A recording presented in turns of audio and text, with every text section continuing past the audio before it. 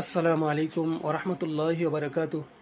সম্মানিত ভিউয়ার্স মহোদয়গণ, এক বড় ভাই প্রশ্ন করেছেন যে মানুষ ইচ্ছে করলেই কি ধৈর্য ধারণ করার ক্ষমতা রাখে? হ্যাঁ, অবশ্যই মানুষ চাইলেই ধৈর্য ধারণ করতে পারে।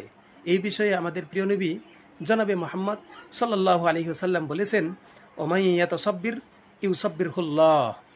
কোনো ব্যক্তি যদি ধৈর্য এবং সহিংসতা অর্জনের চেষ্টা করে, তাহলে অবশ্যই আল্লাহ রাব্বুল আলামিন তাকে ধৈর্যশীলতা দান করবেন। হাদিসটি মুত্তাফাকুন আলাইহি, বুখারী ও মুসলিম শরীফে রয়েছে 1469 নম্বর হাদিস এবং 1002 নম্বর হাদিস। সম্মানিত ভিউয়ার্সগণ, সুখ আর দুঃখ এই দুইটা জিনিস মানুষের জন্যই বরাদ্দ করা। কোনো মানুষ যখন বিপদে পড়বে, সমস্যায় পড়বে, তখন এই পৃথিবীর কোনো আপনজন বন্ধুবান্ধব আপনার পাশে দাঁড়াবে না। আপনার সমস্যার কথা সে দেখবে না, বুঝবে না। কিন্তু বিশ্বাস করেন, আপনি যখন আল্লাহ তাআলার দরবারে আপনার সমস্যার কথা বলবেন, আপনার সমস্যা নিমিষেই দূর হয়ে গেছে। অতএব আমাদেরকে অল্প সময়ের জন্য ধৈর্য ধারণ করতে হবে।